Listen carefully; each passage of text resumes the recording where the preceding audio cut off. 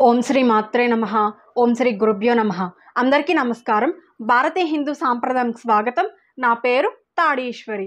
ఈరోజు మనం టాపిక్లో గంగాదేవి తన పిల్లల్ని ఎందుకు చంపుకుందో మనం ఈరోజు వీడియోలో మాట్లాడుకుందామండి. అసలు గంగాదేవి తనకు పుట్టినటువంటి పిల్లల్ని ఎందుకు చంపింది అంటే ఆవిడలో మాతృత్వం లేదా? ఎంత మాతృత్వం లేకపోయినా పిల్లల్ని చంపుకోవడం ఏంటి అని చాలా మందికి అనుమానం వస్తుంది. కానీ దీని వెనక అసలు రహస్యం వేరే ఉందండి. అదేంటంటే ఈ విషయం మనకి మహాభారతంలో తెలుస్తుందన్నమాట. మహాభీషుడు అనేటటువంటి ఒక గొప్ప మహారాజు ఈ భూలోకంలో ఎన్నో పుణ్యకార్యాలు, ఎన్నో దాన ధర్మాలు, ఎన్నో యజ్ఞయాగాలు చేసినందువల్ల అతనికి ఉన్నటువంటి పుణ్యఫలం ఎక్కువైవి అతను మనుష్య శరీరంతోనే స్వర్గానికి చేరుకున్నాడనమాట. అయితే మనకి ఎలా అయితే రాజ్యసభ, లోక్సభ, శాసనసభ ఇలాంటి సభలు ఉన్నాయో అలాగే పై లోకాల్లో కూడా ఇంద్రసభ, బ్రహ్మసభ ఇటువంటి గొప్ప మహాసభలు ఉంటాయి.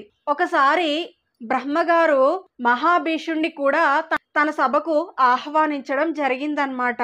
ఆ సభలో ఎంతో మంది దేవతలు, ఎంతో మంది ఋషులు, మహర్షులు, ఎంతో మంది కొలువుదీరై ఉన్నారు. ఆ సభకి గంగాదేవి కూడా వచ్చి ఉందన్నమాట. అయితే బ్రహ్మగారు సభ ప్రారంభిస్తుండగా గాలికి గంగాదేవి పైట కొంచెం చెదిరిందన్నమాట. అలా పైట కొంచెం చెదరగానే మొత్తం ఆ సభలో ఉన్న వాళ్ళందరూ తలలు తిప్పుకున్నారు. కానీ ఒక్క మహాభీషుడు మాత్రం గంగాదేవిని కామంతో చూడడం జరిగిందనమాట. దాంతో బ్రహ్మదేవుడు ఆగ్రహించి నువ్వు మరలా వెళ్ళి భూలోకంలో మనుష్యుడిగా జన్మించు అని చెప్పి బ్రహ్మగారు ఒక శాపం పెట్టడం అయితే జరుగుతుందన్నమాట. మహాభీషుడు అలాగే భూలోకంలోకి వెళ్ళి ప్రతీక మహారాజు గారికి సంతనుడుగా పుట్టడం జరుగుతుంది. అయితే దీని అంతటికీ గంగాదేవి ఏమనుకుంటుందంటే మహాభీషుడు శాపానికి గురవ్వడానికి నేనే కారణం కాబట్టి నా పైన అతని మనసు ఉన్నది కాబట్టి నేను కూడా భూలోకంలోకి వెళ్ళి ఆ మహాభీషుడిని నేను వివాహం చేసుకుంటాను అని చెప్పి భూలోకంలోకి వెళ్ళబోతూ ఉంటే గంగాదేవి దారి మధ్యలో ఉండగా అష్టవసువులు అనేటటువంటి వాళ్ళు గంగాదేవికి కనిపించి అమ్మా మాకిలా వశిష్ఠ మహర్షి ఒక శాపాన్ని ఇచ్చాడు, అందుకు మేమే కారణం. ఎందుకంటే వశిష్ఠ మహర్షి దగ్గర ఉన్నటువంటి కామధేనువును మేము దొంగలించబోయాము. అందుకని వశిష్ఠ మహర్షి మమ్మల్ని భూలోకంలోకి వెళ్ళి పుట్టమని చెప్పాడు. కానీ అమ్మా నువ్వు ఎలాగో భూలోకంలోకి వెళ్ళి సంతను మహారాజు గారిని నువ్వు వివాహం చేసుకోబోతున్నావు కాబట్టి మేము 8గురం కూడా నీ కడుపునే పుడతాం. కానీ మేము ఈ భూలోకంలో మేము బ్రతకలేమమ్మా. అందుకు ఆ వశిష్ఠ మహర్షి యొక్క కాళ్ళ మీద పడి మేము క్షమాపణ కోరుకుంటే మీరు పుట్టిన వెంటనే ఎవరో ఒకరు మిమ్మల్ని చంపేసినట్లయితే కనుక మీ శాపం పోతుంది అని ఆయన మాకు వరం ఇచ్చారు. కాబట్టి మేము 8గురం కూడా నీ కడుపును మేము పుడతామమ్మా. కాబట్టి మేము పుట్టిన వెంటనే మమ్మల్ని ఒక్కొక్కరిగా చంపేయమ్మా. దాంతో మాకు శాప విముక్తి కలుగుతుంది అని అష్టవసువులు చెప్తే అప్పుడు గంగాదేవి సరే నేను అలాగే చేస్తాను, కానీ నాకంటూ మాతృత్వం ఒకటి ఉంటుంది కదా, నేను నా పిల్లల్నే చంపుకునేంత కసాయిదాన్ని కాదు, కానీ నాకు కూడా అమ్మతనం అన్నది రుచి చూడాలి కదా, కాబట్టి మీ 8గురిలో నాకు ఒక్కరన్నా సరే కుమారుడిగా నాకు ఉండండి అని చెప్పి అడిగితే ఇదిగో అమ్మ ఈ 8వ వసువు చాలా ఎక్కువ పెద్ద మొత్తంలో పాపం చేసింది ఇతనే, కాబట్టి ఈ 8వ వాడు నీకు కుమారుడిగా చిరంజీవిగా ఉంటాడమ్మా అని చెప్తే అప్పుడు వెంటనే గంగాదేవి భూలోకంలోకి వెళ్ళి సంతన మహారాజు గారు పెద్దవాడైన తర్వాత అప్పుడు సంతన మహారాజు గారికి ఒక షరతు పెట్టి వివాహం చేసుకుంటుంది. ఏమిటి ఆ షరతు అంటే నేను ఏ పని చేసినా నువ్వు ఎదురు చెప్పకూడదు, నువ్వు ఎప్పుడైతే ఎదురు చెప్తావో అప్పుడు నేను నీ దగ్గర నుంచి వెళ్ళిపోతాను అని చెప్పి గంగాదేవి ఒక షరతు పెట్టి ఆయన్ని వివాహం చేసుకోవడం జరుగుతుందన్నమాట.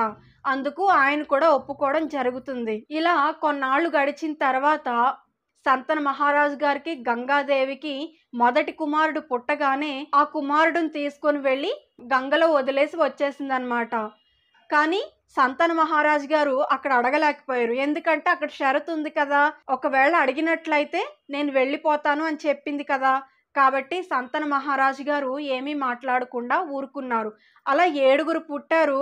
అలా 7 కూడా గంగాదేవి ఆ గంగా నదిలో కలిపేయడం జరిగిందనమాట.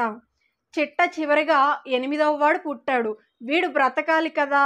కానీ గంగాదేవి వచ్చినటువంటి అవతరణ కూడా అయిపోవాలి కాబట్టి, ఆ 8వ వాడిని కూడా తీసుకెళ్ళబోతున్నట్లు నటించిందనమాట ఆవిడ.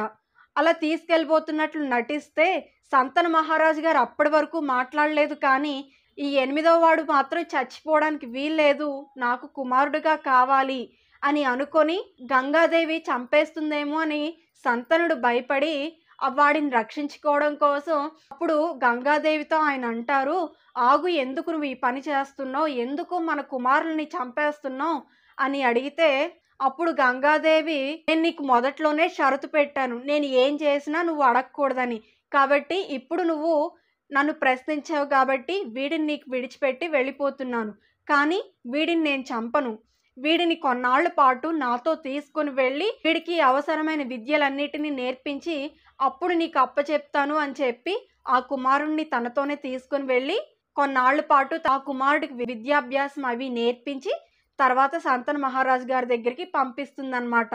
ఆ కుమారుడు ఎవరో కాదు, ఆయనే భీష్ముడు అన్నమాట.